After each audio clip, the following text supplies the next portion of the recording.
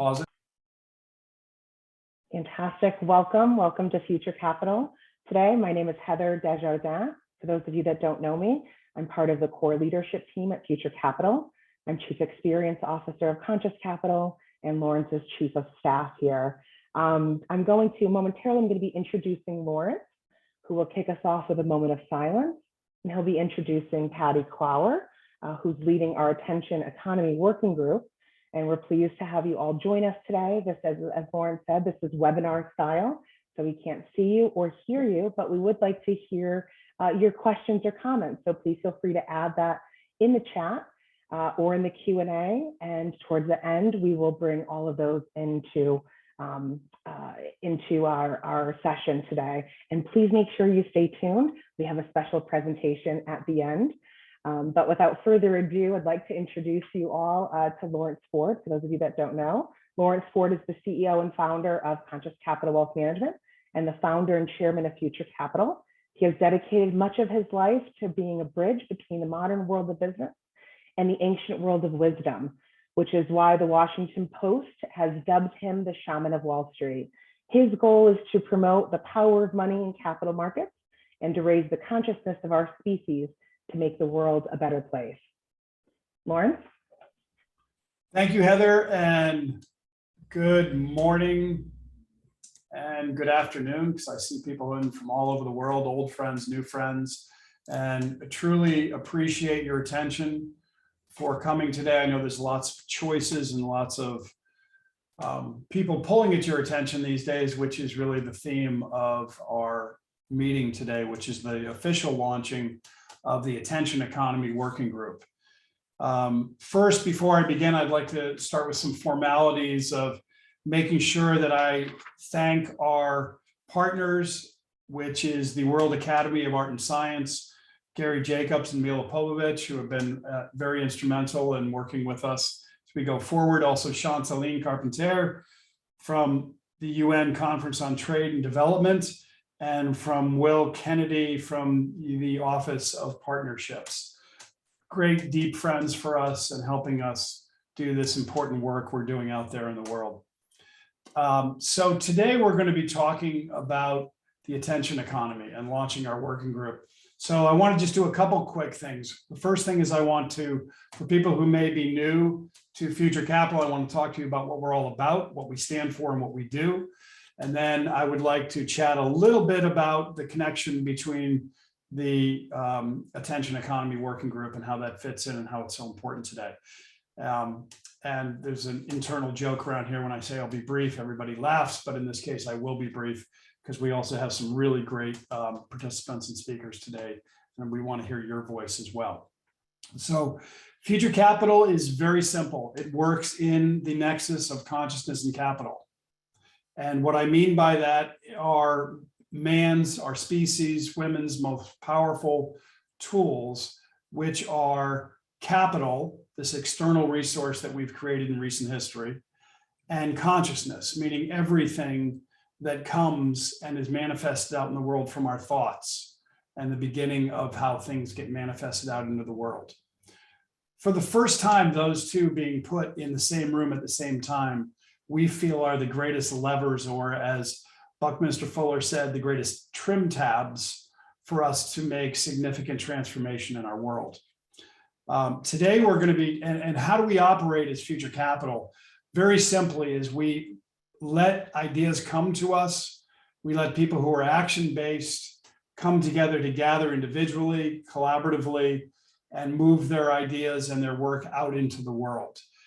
We do this by supporting. People come in on monthly calls and they talk about their work they're doing in the world, whether it be in the private or public sector, whether it be for-profit or nonprofit. One of the core principles of Future Capital for us is that if any problem is going to be solved, it is going to come from a different consciousness, stealing from one of the great minds of recent history. And in doing so, we need to bring in multi-stakeholder, true diversity representation to help solve these problems, from private banking to public markets to private institutions to nonprofit institutions to individuals and entrepreneurs, and from artists and the indigenous world and all across the world as far as the area of geographics come into play. We're very blessed to have that representation and an incredible following of people who are action-based, moving these things out into the world. So now moving into, and what happens with these is they become, we water them a little bit, we nurture them, we let things flow, and then when they begin to take root, we put more attention on them and they become working groups, is what exactly is what's happening with Patty's leadership today and the launch of the attention economy. So why the attention economy? A couple quick words, and then I'm going to hand it off to Patty to get going. When we talk about what our species' most imminent threat or opportunities are in the world, they come from, things come to mind like certainly climate change, nuclear war, maybe CRISPR or gene editing, maybe things we may or may not be able to control in the near future, like asteroids coming in and hitting us. But what we're really focused on is how can we take these challenges and turn them into opportunities? And so when we take a look at social media and the search platforms and the breakdown of truth and manipulation of human behavior, these are really clearly risks that we're all becoming more aware of. And sometimes the most subtle of risks can be the most dangerous and the most destructive, especially when we talk about attention being more expanded and more valuable with negative information than positive information, because there's this strange thing with our species that actually puts more attention on those things. And then that gets valued in a deeper way in the marketplace, because the amount of time that our attention is in place is what creates the current currency of today's world. One final thought on this, to bring it back home through our friends of indigenous wisdom and original peoples, is when they look at this earth and they look at our species in today's existence, they see us as sleepwalking, moving from A to B and A to B back and forth, literally not here, and in a dream and in another dream. Our thoughts are incessantly in the future or in the past. And when we think about that in concept, we can realize and understand pretty simply why we are really easy targets, like shooting fish in a barrel for AI and social media that wants to hijack our attention to be able to profit from that. So when we talk about core systems thinking, and that gets thrown around way too much these days, as far as I'm concerned, the ultimate in core systems is our operating system of us as a species and our consciousness, and actually becoming awake and becoming aware of what we are doing so we can be more participant in this active dream. So Patty, off to you. Take it away with your lovely participants today. And I look forward to a rich conversation. Oh, one other thing. Stay tuned towards the end, because there's going to be a very special presentation.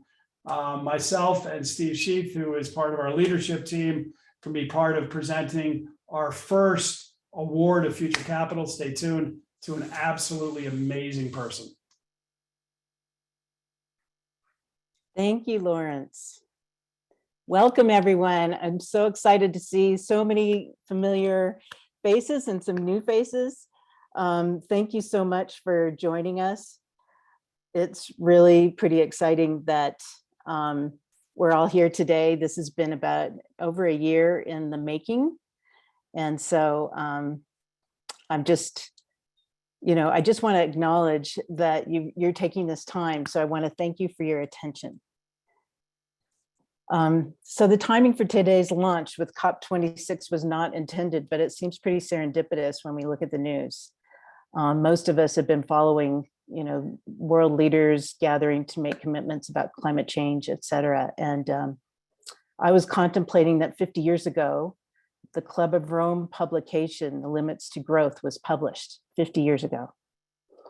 So I want to invoke the spirit of one of the visionary co-authors, Donella Meadows, because I believe we need to call upon the same combination of intellectual rigor and the wisdom of her consciousness, and then introduce emergency, because we don't have 50 years to wait for the world to catch up.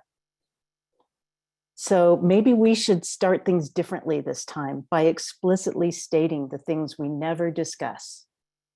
Danella said, if we haven't specified where we want to go, it is hard to set our compass. It's hard to muster enthusiasm or to measure progress. But vision is not only missing almost entirely from policy discussions, it's missing from our culture. We talk easily and endlessly about our frustrations, doubts, and complaints, but we speak only rarely and sometimes with embarrassment about our dreams and values. So in that spirit, and before we get into the business of attention, I'd like to invite everyone into exploring attention itself. Most of us don't think about our own attention. The word we've been using at Future Capital is consciousness or awareness. So the intersection of consciousness in time is attention. So we always like to start our meetings with a moment of silence. So we're going to start right now first with a moment of silence. And during this moment, I want to ask you all to contemplate something. Why are you here? It's such a powerful question. It could be, why are you here? Why did you join this meeting? Or why are you here in this life? Or anything in between, whatever arises in your awareness, write it down in the chat or write it down on a piece of paper, but crystallize it by writing it down. And so let's just close our eyes for a moment, because we always do this with our meetings. We always like to start with a moment of silence. And I am going to open our moment and close our moment with a bell. Okay, so you don't have to be thinking, should I open my eyes now? All right.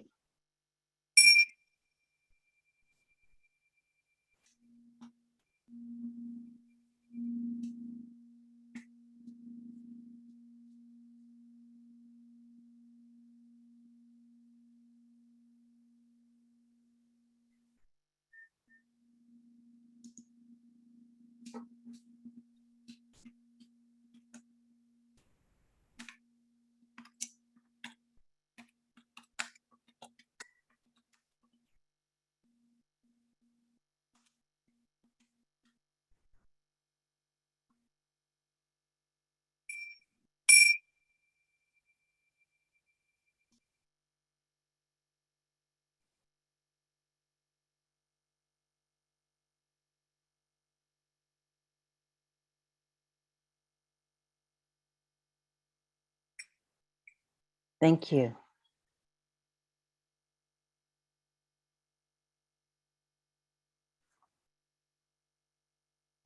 So why are you here? Explicitly surfacing your intention is a simple but powerful tool to stay focused on what you value. It's a living question that you can use anytime in your life, in any moment, even randomly or any other meeting or whatever you do. It brings your body and it brings your awareness and your attention into the moment. So why am I here? Why are we, Future Capital, here? When we founded Future Capital 2 years ago, it was our intention to help mobilize the finance community into investing in the SDGs. But how to do that? So our intention was to emphasize the power of consciousness, to raise awareness about the impact of individual consciousness on what we value and the choices we make, specifically with capital, how we personally align our spending and how we invest.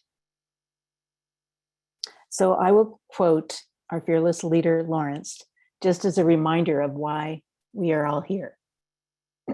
The UN Sustainable Development Goals are a guide for the redirection of a species that has lost its way.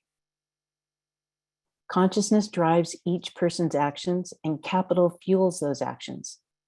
If we are to meet the United Nations goals by 2030, the collective efforts and impacts of consciousness and capitalism need to be recognized, merged, and intelligently transformed. Thank you for those wise words, Lawrence. So the original Future Capital Group's tagline was co-creating conscious economies, with the intention of leveraging the power of consciousness and capital to make the world a better place. We've introduced over the last 2 years many programs to further this focus on this essential role of raising our awareness, becoming aware of our attention and aligning it with our values. Richard Barrett's Humanity Awareness Initiative, Lene Anderson and the Bildung Movement, Nalima Bhatt and Shakti Leadership, and Tim Kelly's True Purpose Leadership are just a few of the several programs that we've been sponsoring to facilitate this awareness. But you may be thinking, well, that's fine, but it won't get anything done. So here we are. COP26 is going on for the last couple of weeks. There's lots of news about alliances and accords and resolutions and commitments to reduce emissions. And those are the things, supposedly the outer expressions of getting things done. But what seems to be lacking is the focus of our attention. So below the outer actions of investments, contracts, resolutions, agreements, accords, there must be the power of commitment to the intention each of those represent. An alignment of our vision and values with our actions. It is in our day-to-day, moment-to-moment choices that those commitments are actually fulfilled. We each have agency for our own consciousness, for our own attention. And it is through conscious awareness of our actions in alignment with our visions and values that we're empowered. And it's through individual recognition and commitment that our global mission can be accomplished. So the attention economy is important because what is invisible to most of us is that every time we go online, we are spending our attention. We are making choices. And all of our activities online, all of our attention, meaning what you search, how much time you spend on a page, what you like, what you share, even what you're talking about gets picked up. All of this is captured, analyzed, measured, and subsequently monetized. We are the raw resource being exploited in this economy. Our attention is a limited resource. People used to call this the information age, but this isn't about information anymore. It's attention. And we each have agency over our own attention. So our attention is powerful because it shapes the reality of our moment-to-moment experience of life. Our attention shapes our way of being and our behavior. So if our attention is being tracked, measured, and monetized, and we have no voice in that process, well, that's why we think that this is something that we need to pay attention to.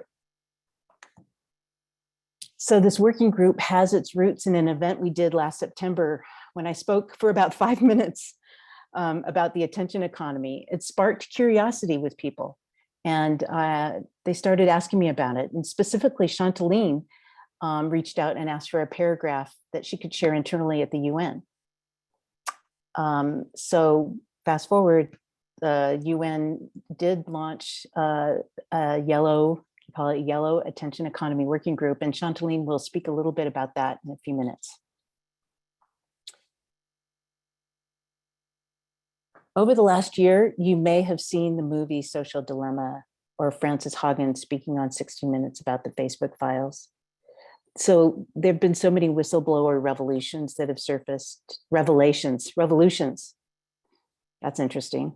That's part of the whistleblower revelations that have surfaced to bring it to our attention. Not to mention our own direct experience of the January 6th Capitol insurrection, how online media's same underlying growth-based metrics are driving increased polarization. So it's something for us to really become aware of. And I think people are starting, because of all these things over the last year, it's very timely. I mean, I first mentioned it a year ago. Most people didn't even know what I was talking about. And now it's really up. And so I think it's just so important that we start to put our focus and put our attention on this fact that, you know, kind of this whole growth-based metric is driving disinformation without consideration for externalities like the well-being of our children, of our democracy, and our own agency over our personal behavioral data. That's what the attention economy and our current global economy have in common. They're both measured by a single metric and underlying principle: unfettered growth.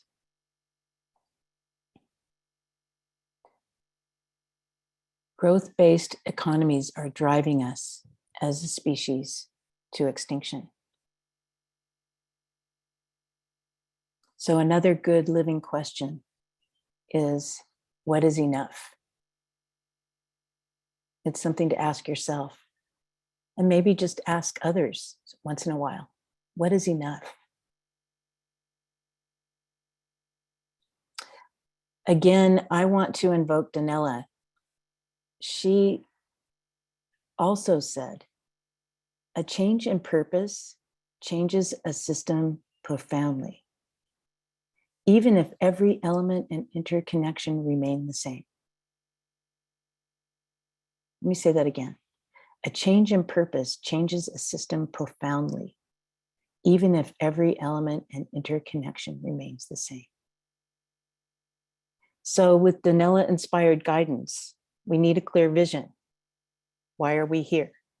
And a new principle and metric that represents our intention. What if we replace the word growth with reciprocity as a principle and as a metric? If all stakeholders are benefiting, then a system is sustainable and even regenerative. So try it on for size in your own thinking, in your own work, in your own world, and let us know what you think about that. So here we are today, launching the Conscious Attention Economy Working Group. And we're focusing on 4 primary areas.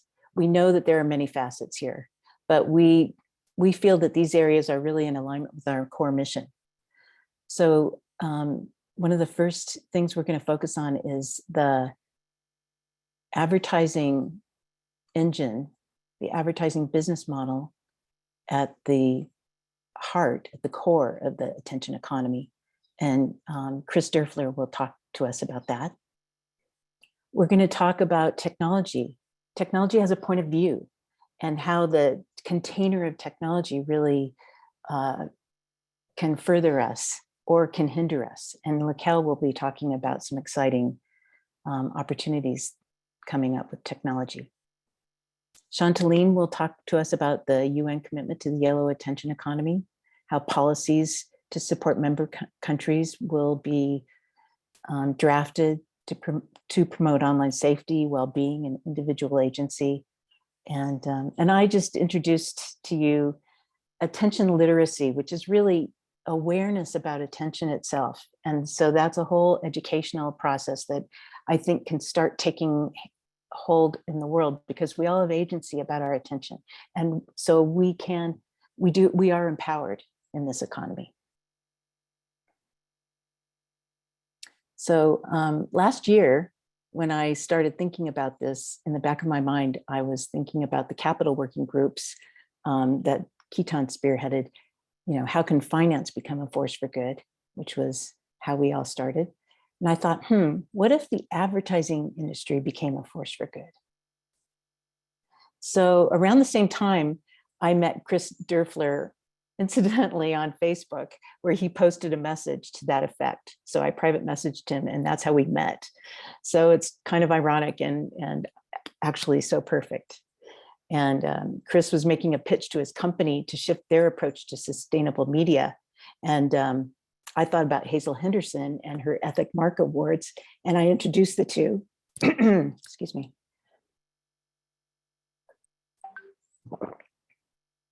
So, so Hazel was, coaching us and Chris, and she's been a great support.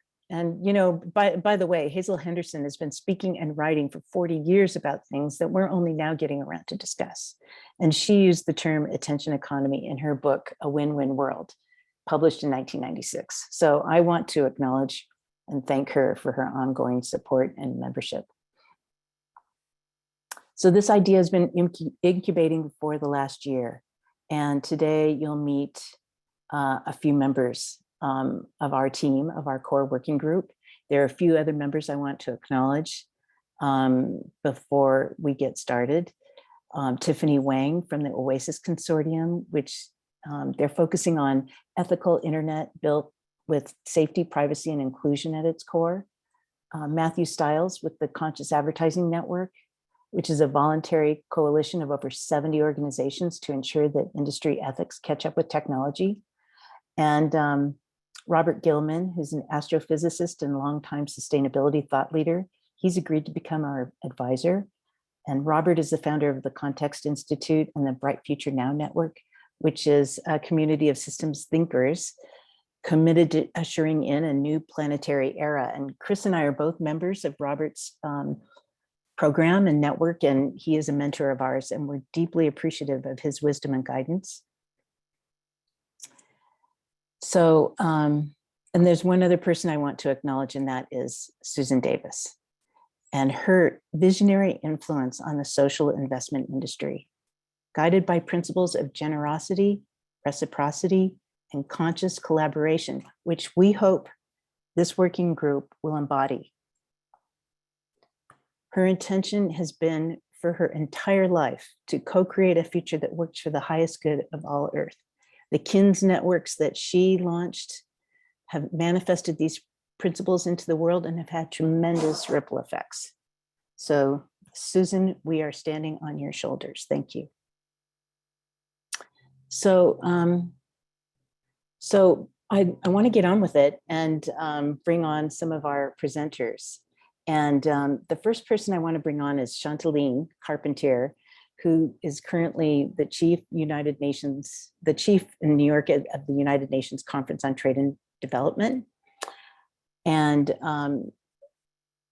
she coordinates input into the financing for sustainable development, science, technology, and innovation. She monitors the progress on the SDGs, and she focuses on partnerships and innovative financing to support enterprise, entrepreneurship, gender equality, et cetera. So without further ado, Chantaline, can you join us and speak for a few minutes? Hi, can you hear me? Yes.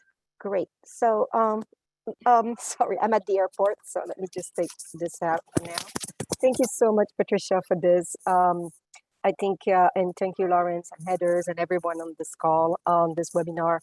This can't be more timely. Last year, as I said, I'm at the airport, so sorry about that. When Pat mentioned this attention economy last year, it really puzzled me. And at the same time, I was writing this little piece for the chief economist at the UN on, because I had read the report, a transition is still feasible to achieve the SDGs by the Club of Rome. And what's becoming clear, though, out of that report was that we will not achieve the SDGs by using the same economic and financial system that we have. And that achieving SDG 1 through 6 would basically be at the expense of the environmental SDGs, so the planetary boundaries in their word. And so I wrote this little piece on colored economy. So basically, instead of having people talk about the green economy, and it's one thing, and we talk about the recovery right now. We talk about, oh, we need to have a Green New Deal. That's usually in the typical way that it was done in the US, infrastructure building, which means job for men. And we see that in this pandemic that women have been affected more than men, and the youth have been affected more. So why not a purple recovery as well, which is the care economy and the feminized economy? And then why not the blue economy for our friends and sisters that live on islands that depend much more on the sea than they depend on the land? And then why not the creative economy or the orange economy? And so I was writing this and I thought, I should also put the yellow economy or the attention economy. And since everything else had a color, I gave it a color. And I thought yellow would be perfect for it, our attention. And so that was last year. I submitted the paper. I went to a summer school program that UNCTAD does on new economics and submitted the paper. And it was selected and published on the website. And then I submitted to the chief economist at the UN, suggesting that we start working group on each of these colored economy. There's also the social solidarity economy, frugal innovation, and circular economy. And so we've now finished the first draft of a brief on each of those. And now we're developing policy brief to help our country economists. We have 131 country teams, the UN in developing countries, to help our colleague help government to basically, as they look into the recovery, to not just look at the traditional economy, but look at the new economy. And then there is the yellow economy. And of course, it's a little difficult to sell because they all see all the big thing and they have a hard time to look at the yellow economy, which is a huge thing, but it's not right in your face. And especially since, in LDCs, these developed countries, sometimes 30% of the people are connected to the internet. But what happened in the meantime is that the chief executive board got hold of that, and the UN Secretary General picked up on in our common agenda on this issue of public good, and the fact that we had a mandate in Rio in 2012 to look at beyond GDP, and we've done some work, but not a lot on beyond GDP. And you will maybe not be surprised to learn that as part of the Beyond GDP at the Chief Executive Board, so all board members of the UN next week, the main theme will be Beyond GDP. So you talk about unfettered growth, Pat. This is to go beyond that. The UN Statistical Commission has already approved a system of satellite account that would look into environmental and social satellite accounts to value these things that are not valued in the economy. But what's amazing about what's going to happen next week, and I have to write the brief for my Secretary General, is that one of the three assets that the Secretary General specifically asked be included in the Beyond GDP is, of course, social asset, environmental asset, but the third one is digital asset. And in the digital asset, and here I'm going to quote, open bracket, our behavior patterns are being commodified and sold like futures contract. Government and others can exploit it to control or manipulate people's behavior, violating human rights of individual groups and undermining democracy. This is a quote from the UN Secretary General, September 2021.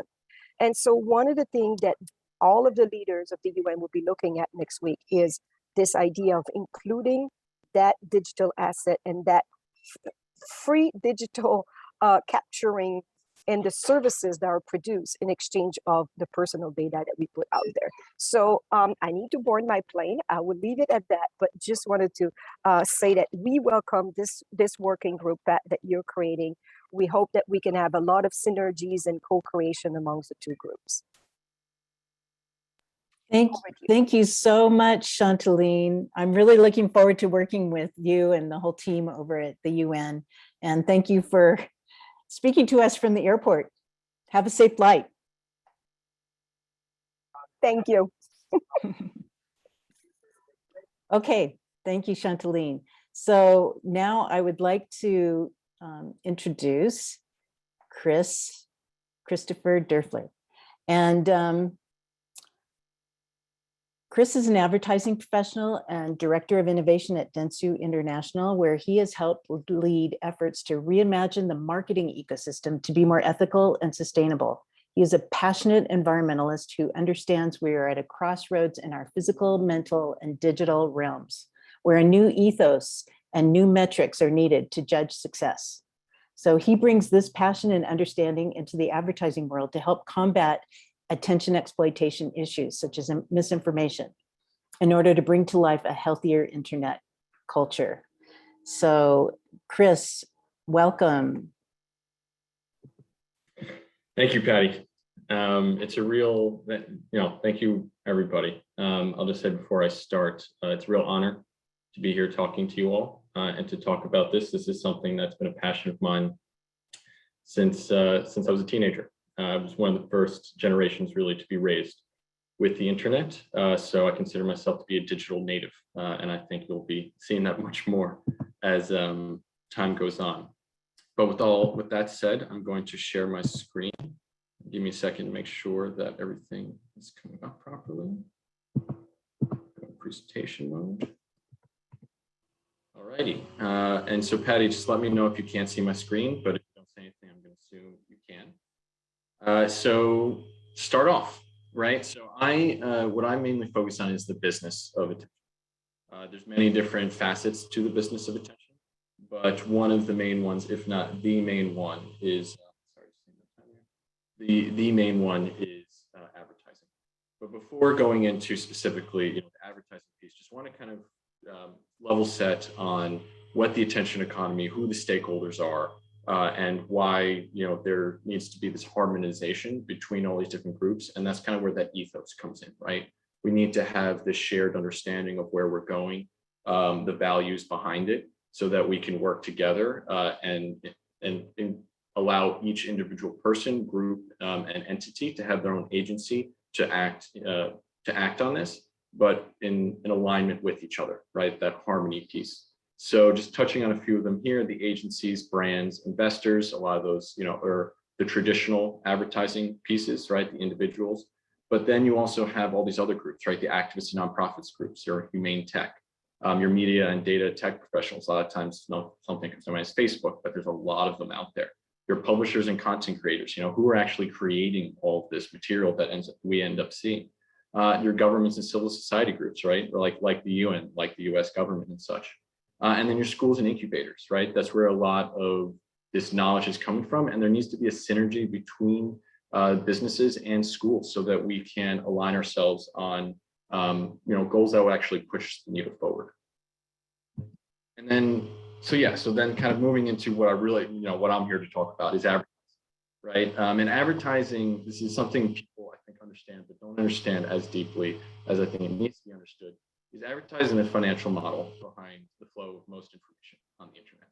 So it has a voice in what you are seeing, what you're interacting with, no matter who you are, where you live, whether or not you're even offline, because it still comes out in print, right? But there's always a piece of how advertising is affecting the flow of information and what you end up seeing. And as a result, also the technologies that are created to feed into that, the businesses that are started, the startups that are successful end up getting bought out, right? All of that is tied together in this connection between, what is the impact on the individual, and how are the metrics that we're deciding upon impacting what the world ends up creating, if you will. So this next piece here, I'm going to play a little bit of the video here, and I just want to give you a heads up. This is meant to be distracting, but this is a really great artist representation in my mind of one of the dystopian paths, right? It doesn't need to be this, but the idea here is we're at a pivotal moment in the future of humanity and our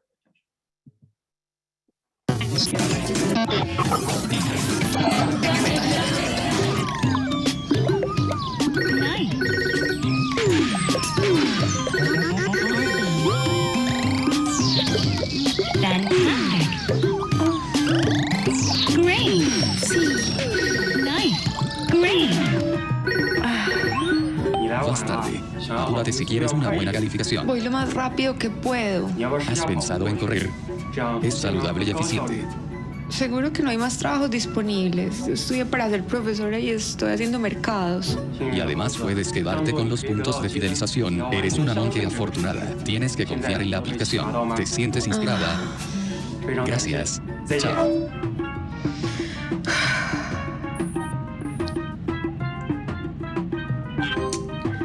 ¿Quién soy yo?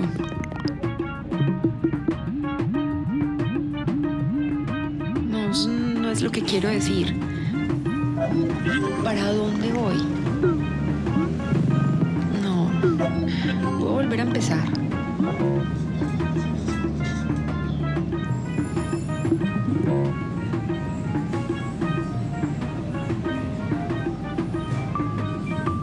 Olvídalo. Estoy presente ahora. Me amo. Estoy libre de mi ira. Estoy libre de mi tristeza. El amor es mi experiencia.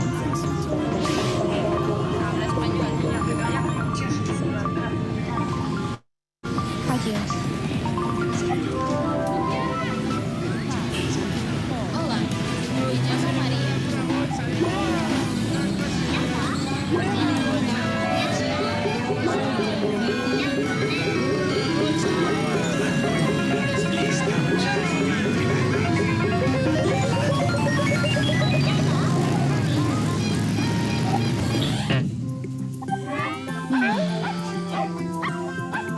So I'll pause it there. So yeah, as you can see, that's a little bit of an idea of like how our attention can be absolutely overloaded in this Web 3.0 world as augmented reality, virtual reality starts to become more an integral part of our society. There's a lot that can, be somewhat of a, it can be seen as neutral, but it can end up in the end having a really profound impact in the negative. Cool.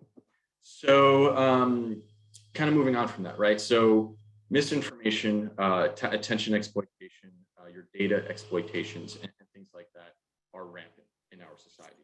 We've heard, just the Facebook Cambridge Analytica situations, the January 6th insurrection in the United States, some of the genocide issues with the genocide in Myanmar, as well as issues in the Philippines related to the presidency, and how all of these things are affected. Advertising is fueling all of that. There's a lot of really great aspects to it as well, but the downsides are manifesting in these in things that are creating more ads versus more higher quality experiences, right? It's rather than adding value to people's lives, it's extracting that value from them. And a really important piece about that is that actually a little bit of a interesting thing, which people behind the scenes wouldn't necessarily know, is that's also bad for the advertising industry. The only really entities that tend to benefit from that are these monopolies, your Facebooks, your Google, who get to control the strings so that they can continue to make money off of it. But your brands, your agencies, your content creators, your individuals are oftentimes losing out because what they want is a quality experience. An advertiser is willing to pay more for something that's going to be a high quality experience if they know, that will happen.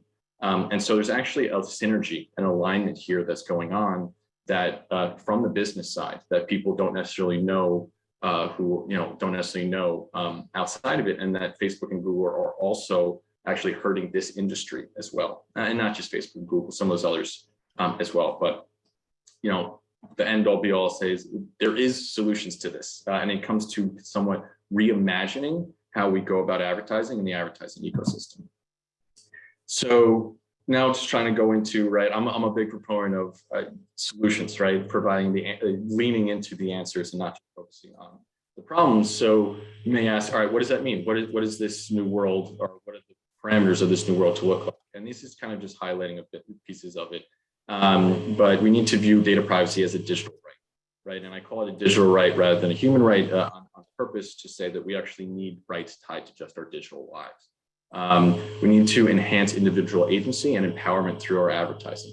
We need to develop a more intentional person and business systems design. And the word intentional is intentional there, right? That is meant to say that the individuals need to be leading that conversation and saying what they want to see and hear, and businesses need to be listening to that. We also need to reduce the environmental impact of data, and that's not supposed to say and content, right? So that's a little bit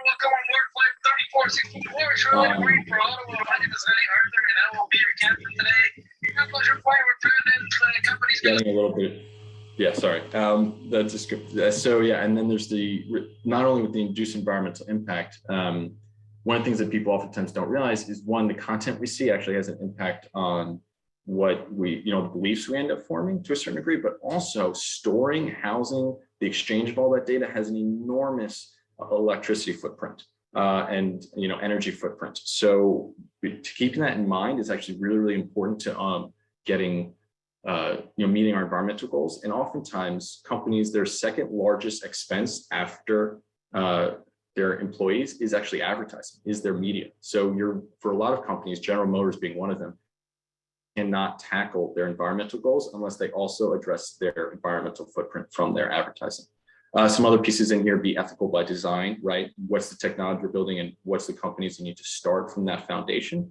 And then changing up the metrics, right? The metrics right now are based on grabbing attention. They're based on interactions. And we really need the metrics to be more about promoting well-being, right? What are those metrics that will lead to a healthier ecosystem so that we can design or we can use those as our metrics of success. Now, kind of going into some bits here, dispelling some of the common myths that people have. Myth number one, having a social purpose is not profitable. I mean, this probably goes without saying to most people here, but it is certainly, this is not true for the advertising industry. This is actually one of the industries that has the most to gain from having a social purpose because it is the communications arm, right? And which means it has a vested interest in being authentic. If you are, the communications that's coming across that are oftentimes, bad or not successful come across as greenwashing, right? And that's not good for the company either. They don't want to be seen as greenwashing. They actually want to be providing solutions here. They need them to be relatively easy for them to do, which is part of what I work on, is making them easier. But they really do want to lean into this, and consumers or individuals, I'll say, will reward them, right? Trustworthiness has increasingly grown as a top metric for why a person chooses one brand over another. And so one of the things that I do is reframe the conversation to be about restoring trust.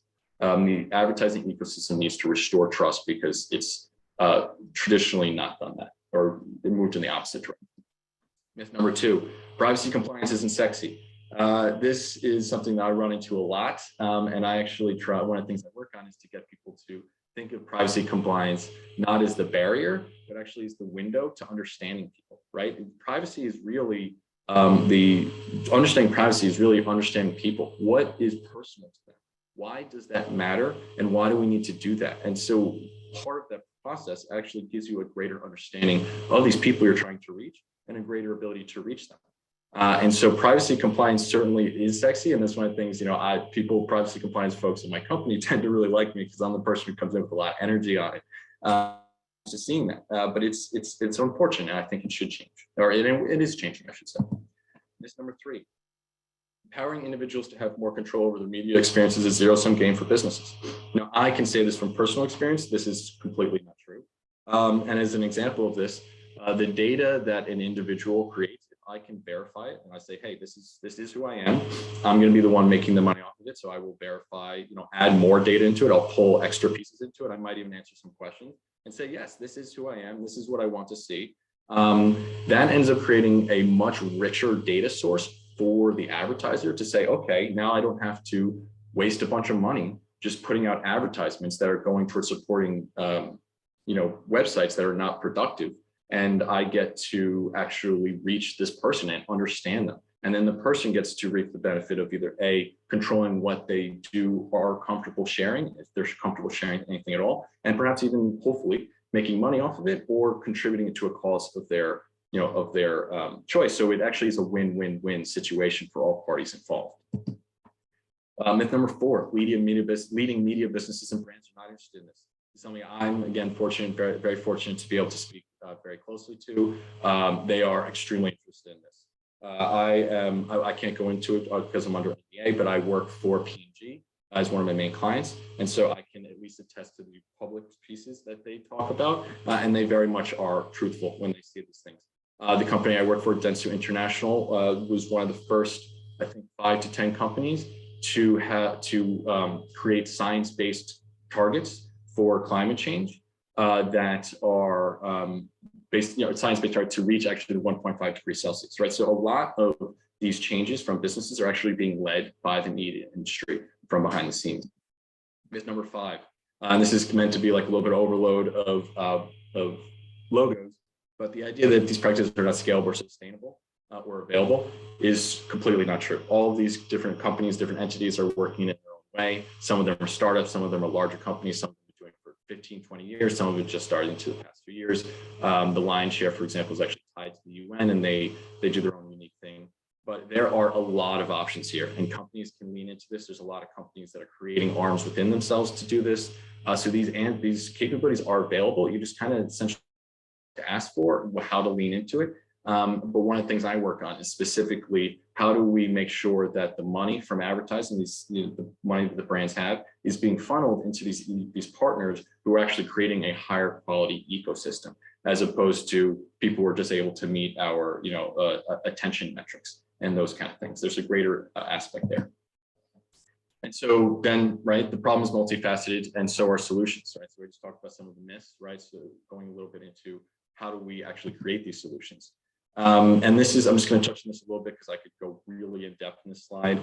But one of the things that I've done for my company, and these are not exactly them, but has broken down this new system into what are the actual actions we need to take, what are the areas of the business that we need to adjust for. And so I'll just kind of highlight a few of these, which one is the investing piece, right? Who are we choosing? How are we deciding on them? How are we training people in a company to make these choices so that we are actually investing in sustainable companies and practices, right? Ethically managing data. Now, the ethical piece is up for interpretation. What does that mean? But without diving too much into that, I'll just say it's really imperative that we manage our data much more ethically than we are currently doing. And we need to lean into that as companies, any company, that has, is managing the data. Now, measurement practices that are enhance well-being. Now, this goes into, right, we have the investment part, the data part, what are we doing? Measurement is what are we using after the fact, right? What are we judging success on? Because currently those metrics in advertising are based on things like clicks and interactions. And as we all know, things that get people to click on things is not necessarily what is healthy for the entire ecosystem, right? This fourth piece here, the ethical technology. We need to be leaning into ethical technology. We need to be supporting it as companies. We need to be making sure that the companies that are creating advertising products that are ethical have a market for them. And then, but that's more so at the beginning stage as opposed to just in the side, right? Actually, I should make that clear, this is how do we support at the upfront, and then what are the technologies that we're actually creating as a company, right? Each individual company, whether you're large or small, what are the products that you're creating and how does that impact? And then I'm running a little bit over time, so I'll kind of go through this, but content creation, right? What is the content people actually end up seeing? One thing that came up to mind recently is the Netflix, right? With the whole transgender thing, regardless of where people stand on that, it goes to show how content does have a really profound impact on individuals, and our relationship to it is a point of conversation. This piece here, I won't touch on too much, but just to have this so you all can maybe perhaps look back at this. This is a bit of a framework, right? This is mapping it out, how this all comes into play. And the two things I just kind of want to highlight here are the data side, right? The individual ownership of data, individual empowerment of their data needs to feed into all of these different pieces. And then the well-being based metrics, right? Not necessarily things that are just tied to investment, but are tied to regeneration, right? Or I shouldn't say investment, aren't just tied to monetary gains, but are based on value-based gains. And one piece also that I'll highlight that is maybe somewhat unique where people aren't used to, which is, right, the business develops their sustainable strategy. They kind of lean into the consumer side or the individual side of it. They create a socially conscious message, and that's oftentimes where a lot of companies stop. They just kind of put the message out there and they hope it sticks. But a big piece of what's missing is what are the actual experiences you're creating and how are you bringing those to life? And that's a piece that is oftentimes missing in the conversation. And so my last slide here, the call to action, right? We're a very action-oriented group. We're meant to lead, be part of leading change and being actually more so a part of the change to help others lead in their own directions. So I'll just kind of touch on these. Educate yourself, That's something that Patty was really highlighting, but I'm going to throw it out there. Educate yourself specifically on your online attention, how you can use it, better control it, and understand how it's impacting you and the people in your lives. Where are the advertisements? What are they showing you? When you click on things, what is happening? And take note of that, right? Every behavior you have online is important. All attention economy stakeholders need to embody responsible behaviors. We need a globally coordinated approach. That's why we created this group. And then investors and businesses should develop and support sustainable media strategies. So I'm a little bit over, but I really appreciate your all's time, and I will stop there. Thanks so much, Chris. Really appreciate your contribution and all the support over the last year. So excellent. So now I want to introduce Laquelle Marie. And hi, Laquelle. So Hi. Laquelle has just joined us, and she is just brilliant. She began her career in manufacturing, and she has evolved from doing some, Fortune 500 vertical manufacturing solutions into, using her experience to produce hyperscale solutions for achieving the 2030 UN Sustainable Development Goals. She is an innovator, a technologist. She is a brilliant person, and we're really excited about having her as part of our community. So take it away, Laquelle. Thank you. And actually, synchronicity, I'm next to the airport, not in the airport, but we're all flying off into this grand transition. So apologies for the background noise. I think you asked a really important question. Why are we here? And one of the reasons that I really think it's important to be here is the Universal Declaration of Human Rights, how everyone has the right to life, liberty, and security of person. The current model of the internet is broken. And it's actually during the pandemic, which the Mental Health Foundation had shared about 68% of people are suffering anxiety just from the overstimulation of that, exposed many of the vulnerabilities that are in a more rampant way. So a little background, because this will, it's really more a context, is really valuable, and where I want to make sure that the information here is valuable to you is that how this connects, how does Web 3.0 connect to the attention economy? When you think about the attention economy, the core problem is actually about the ability of our generating more information than actually being able to manage that information. And much of technology is a reflection of our values. Whatever we architect, maybe it doesn't matter at the beginning, but at scale it does. And this is something that the former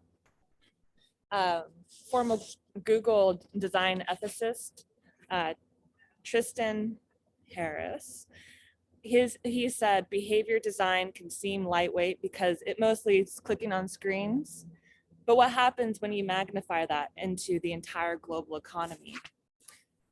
So 5 years ago, I was working with Dan Mapes, who is the inventor of the current international standard protocol for Web 3.0, which I'll get into in just a second, and Marcos Campos, who's the head of AI autonomous systems for Microsoft, on Web 2.0 is a reflection of our values because it's extractive.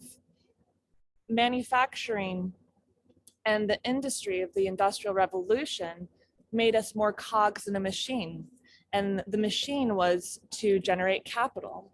And being on the back end of manufacturing, seeing directly how that worked, it was actually something that made me want to go into different industries.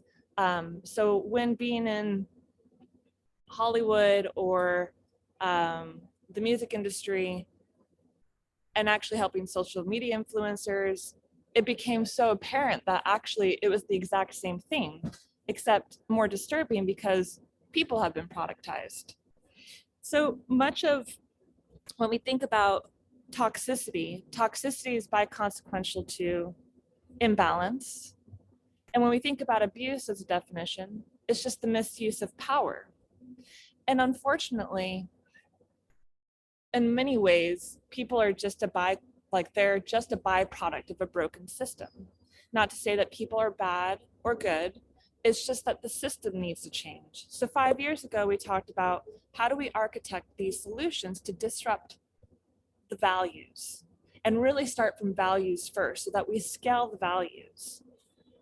So there's a little evolution here of Web 2.0, Web 3.0, and what does this mean for you, and what is this transition, and how does this actually relate to your future and your life, and the call to action for yourself. Web 2.0, as Facebook was a great use case multiple times over, was extracting people's data. So it's kind of a tale of two problems with Web 2.0. Our current World Wide Web has this bilateral relationship between consumers and producers. And that's not a plane. Now we're about to take off on a motorcycle, sorry. But this was at the time that, and I'm actually having a hard time focused with it, so I can't even imagine where your attention is right now. But the point being is that there is this shift happening from the material into more of a attention-based economy, as Christopher was saying, as Patricia was saying. And where is our agency in that? Where is our ability to navigate a world where it's overstimulated? So even right now, it's all meta, right? So one thing is that in many ways, when we think of self and agency, that creates an empowered life. And when we think about AI or tech and actually embedding values that can enable us to have more agency, then they become an empowered facilitator. So Web 3.0, how is it different from Web 2.0? What does this mean? What does this all mean? Web 2.0 is a broken system. How? Well, if you think of, and apologies. This is such a good example of what's going on in the world, so much noise. So the Web 2.0, current World Wide Web, it's like if our body could not communicate to each other. We have our heart, we have our organs, we have our brain, we have all these things, but they're not communicating to each other. So of course it's going to create imbalance to the whole body. What's unique about Versus in particular, the international standard protocol to which a lot of things will go to for Web 3.0, is it has a new AI framework. And it's a holonic AI framework that's actually biomimicry for nature and trying to actually say, hey, let's create a nervous system for the world. Let's help actually communicate all different aspects of the world together so that we're actually working more symbiotically because it's all interconnected.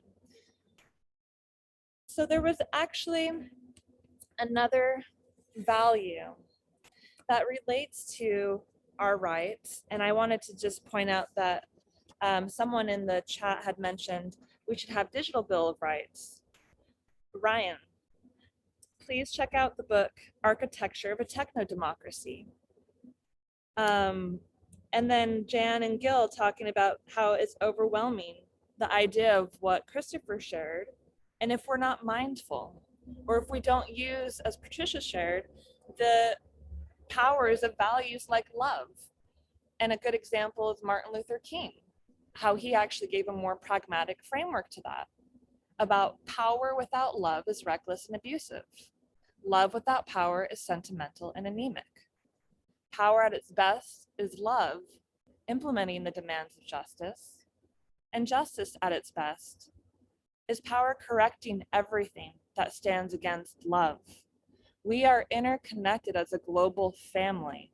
So really being here is to advocate actually the architecture of the values that are in place with this new international protocol that is one protocol of the future as a beacon of hope, actually, for a way for us to reduce the noise, a way for us to actually find relevance, find more meaning, because the actual shift from Web 2.0 to Web 3.0, and it's reflective of our values.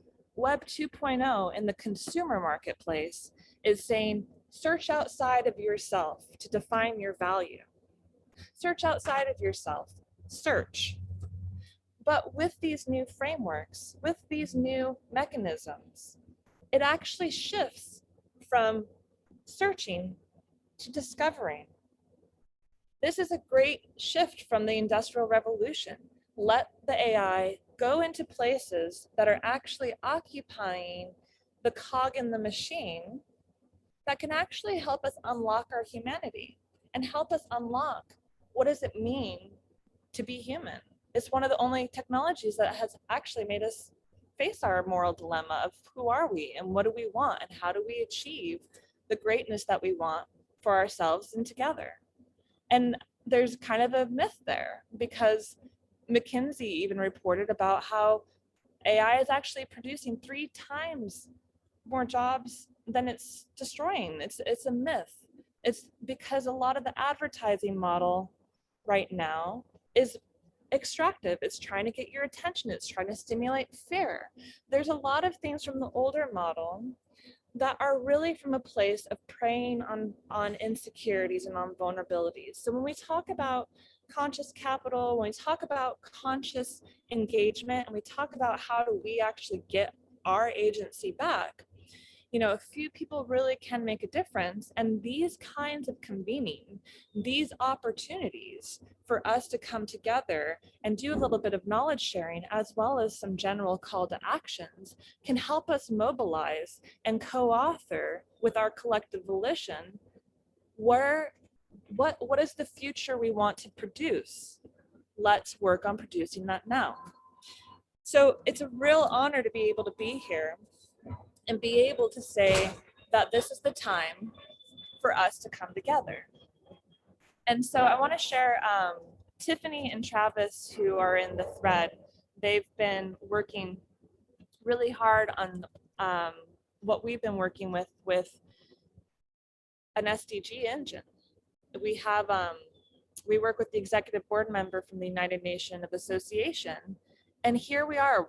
We're faced with all of these problems. But guess where advertising now and all of these mechanisms are driving our attention? It's towards fear. It's towards fear, and it's actually growing a lot of our mental health issues. You know, 1 in 5, according to the Mental Health Foundation, have mental health issues. What are the remedies for that? You know, we need to be more interconnected, just like our body. We need to have everything speaking to each other. We need to be able to actually reevaluate what are the values we want to steward moving forward. So there's a couple ending points that are really more from a place of what do we do now, and what does this mean with Web 3.0, and what should you expect? There are actually incredible mechanisms that have been architected intentionally on how can we disrupt the current value system and create ways to unlock humanity through new tokenomic models, through the spatial awareness of, there's one model that Christopher was showing, that if we don't direct the values will actually be reflective of the old world of just capitalizing on return. But there's so many new mechanisms and vehicles of where we don't have to compromise the return of impact at all. We can have return of investment and return of impact. That's a regenerative model. This Web 3.0 solution actually allows the transition to happen for us to help each other. It shifts from personalization, which is extractive, to personal, from searching outside of yourself to discovering your life. It flips from a B2C model. Sound the alarms, because now we're going to a C2B model when you're decentralizing all these all of these capacities. So I almost feel like if it's too loud, I'll look at the chat. Okay, never mind. Someone was just wanting to sound the alarm that it's time to actually take action, because there is a decentralizing mechanism for us to actually be empowered. And actually, really at the end of the day, when we're talking about the attention economy, there is not attention as a scarcity. How much of your time are you actually taking for yourself to step away? To ask yourself, what are you paying attention to? Because we need to pay attention to what we pay attention to. It is so critical that we're actually spearheading values at the front line of anything we're implementing with technology that is bringing anything to scale, because it has global implications. And we're at such a vulnerable time that we almost have to be empowered to know that our individual differences, our individual input into a system like that, collectively at scale matters. It doesn't seem like it, but we really do have unique capacity. So I want to thank you very much for your time, as well as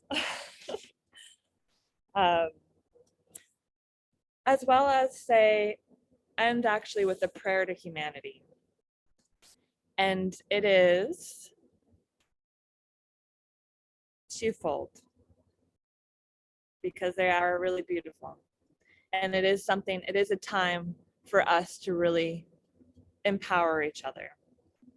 Where there is hatred, let us sow love. Where there is injury, pardon. Where there is doubt, faith. Where there's despair, hope. Where there is darkness, light.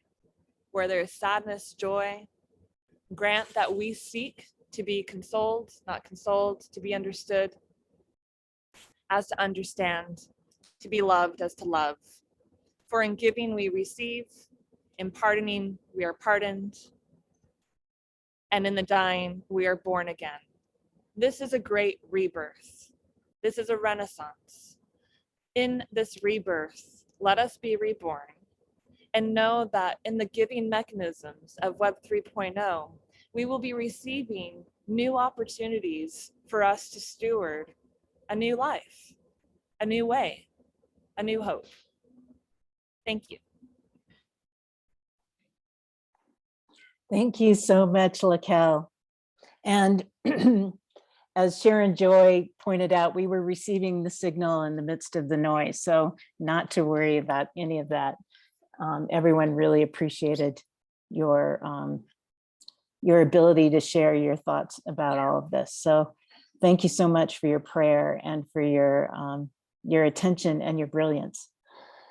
So at this point, I would like to hand the hosting over to Lawrence, because we have a important Lifetime Achievement Award to offer, and I'm super excited about that.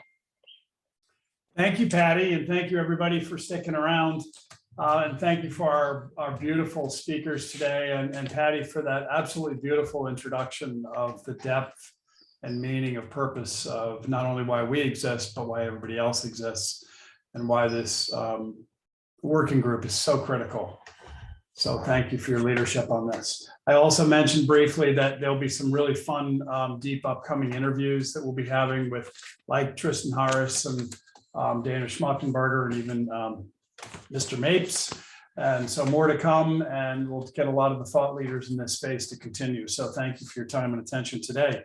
And now it is my complete honor to award Miss Susan Davis our first Lifetime Achievement Award at Future Capital. And I will read first what this says, and I'm going to have a couple remarks about Susan and tell a quick story and then open it up to Steve Sheaf to actually add with this. So congratulations, Susan, well-deserved. I will talk in a minute about what this is. What it says on it is Future Capital Lifetime Achievement Award presented to Susan Davis Mora, the godmother of social investing.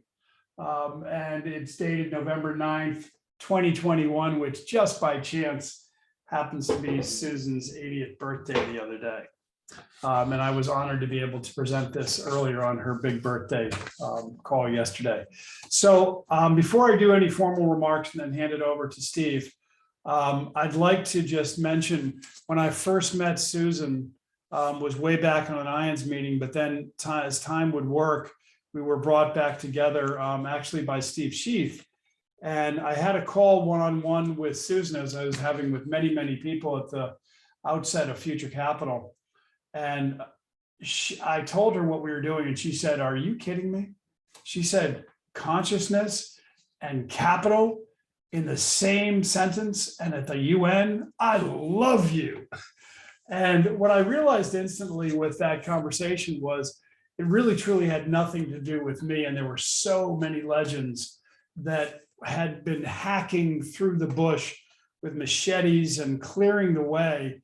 And there was something magical that was happening that started, I believe, a few years ago in earnest, where all of a sudden we're all out in this big meadow coming out from the deep forest and looking around and looking at each other and saying, "My goodness, thank you for all the work you've been doing for so many years." And I am just a youthful person in this whole movement. And there's others like Steve Sheaf, who I call the godfather of social investing, who will tell a story about Susan.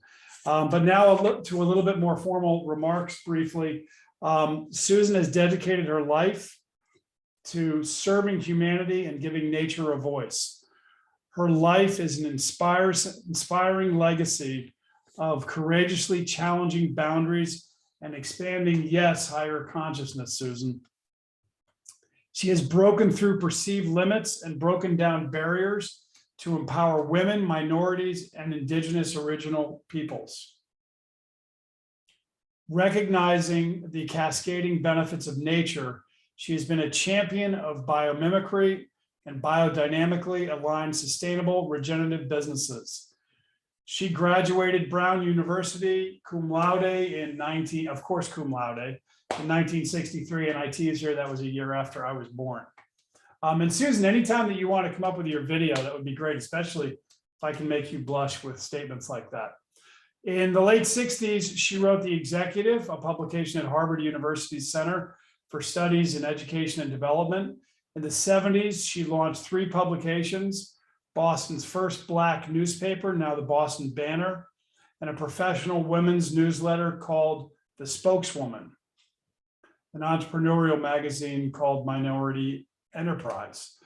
And as vice president of Chicago's South Shore Bank, she created the national legislation to manifest the Neighborhood Development Bank industry, which funded the restoration of Chicago's South Shore community. In the summer of 1979, Susan sent out a letter inviting 113 exceptional Chicago women to the first meeting of what became the Chicago Network, calling together distinguished women by their achievements in business, arts, and government and academia. Today, 40 years later, the Chicago Network members are more than 500. And fast track into the 80s, Susan served as vice president of Personal Trust Group at Chicago Harris Bank, where she focused on empowering women of influence. She was the first woman on the founding board of the Social Venture Network, which gave birth to the social investing industry. In the 90s, she founded Capital Missions Company with the goal of transforming the world of finance from fear and greed to love and joy through her key innovative network strategy, the KINS method. She founded several KINS groups, including the Investor Circle, the Destiny Funding Circle, Kins for All, the Capital Circle for Women Investors, the Solar Circle, and many more. And she is just warming up with Kins. Marion Rockefeller Weber, a major contributor to Kins Networks, gave her a grant to become a flow funder in Ecuador. From a $60,000 initial grant, they were able to donate more than 1 million in measurable value to the village. Today, she continues as the co-founder, president, and chief inspiration officer at Kinship Earth, this nonprofit. And as I said, she is just warming up with that work with her new friend Lauren heading things up. And again, Susan, from the depth of my heart, we appreciate you and all the work that you have done to make our jobs a lot easier going forward. Steve, would you like to say a couple words? It would be my pleasure. Thank you, Lawrence. Heather, can you put Susan on screen for us? Yeah, that's what I was hoping for. Love to be able to see you this morning.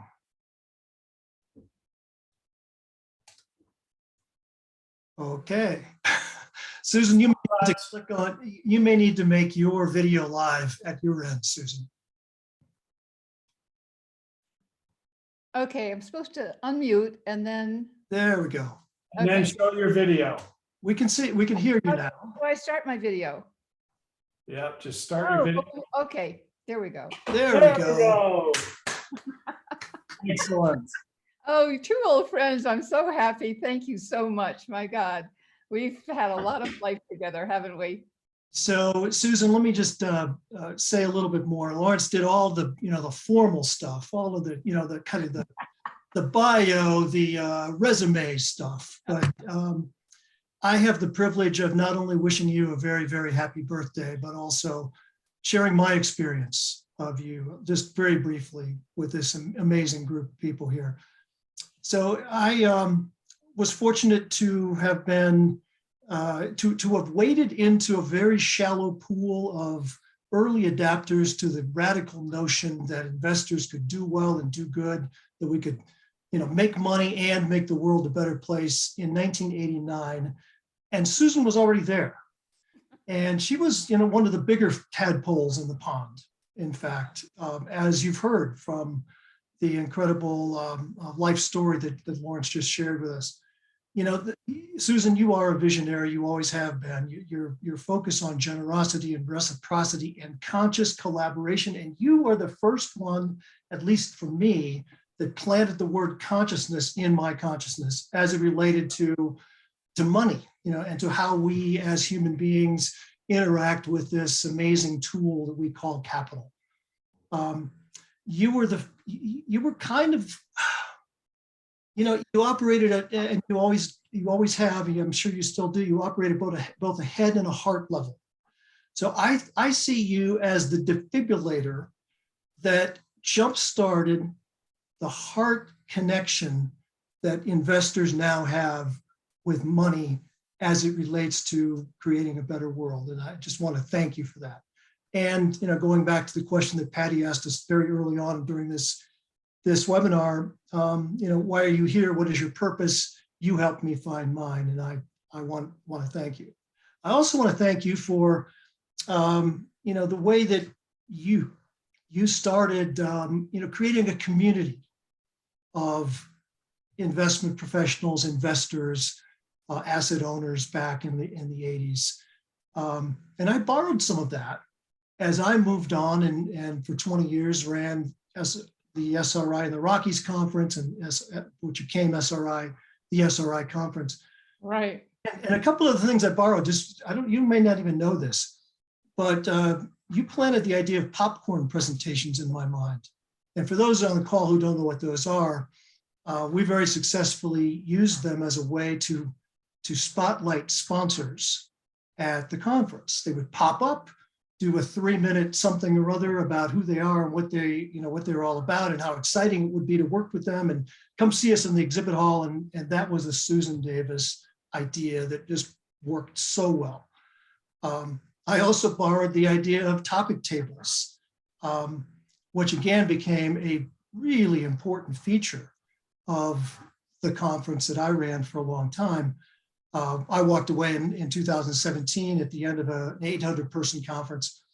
And the topic tables were kind of a central thing. It was a place for people to sit down with other like-minded folks, talk about a particular topic that really jazzed them, very much like this conversation today. It was a way to galvanize and focus attention on things that were really important to certain people at that moment, to cross-pollinate, to create collaboration, and spinning out of that is an incredible number of initiatives, way too many to count or to try to tabulate over the years. So Susan, thank you, and congratulations. Well, thank you so much. And I just wanted to say one thing, which is out of my whole effort with transforming finance, my theme was our strategy is generosity.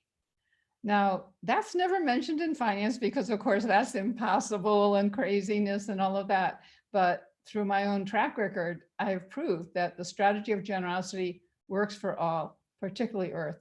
So I just wanted, if there's one thing you want to know that I say it's proven that by behaving with generosity in finance myself, I've proven all the initiatives that I've started, they've all succeeded because we all use the strategy of generosity. So I just had to say that because that's why I'm alive. Fabulous, Susan. And Susan, you are a perfect example of what we talk about as the future of capital, which is really your reason for being here and living that regardless of what other people think, and plowing ahead during the hard times, during the tough times of life, and having that light ahead of you and knowing who you are and aligning your being with your doing and forgetting about what other people say about you.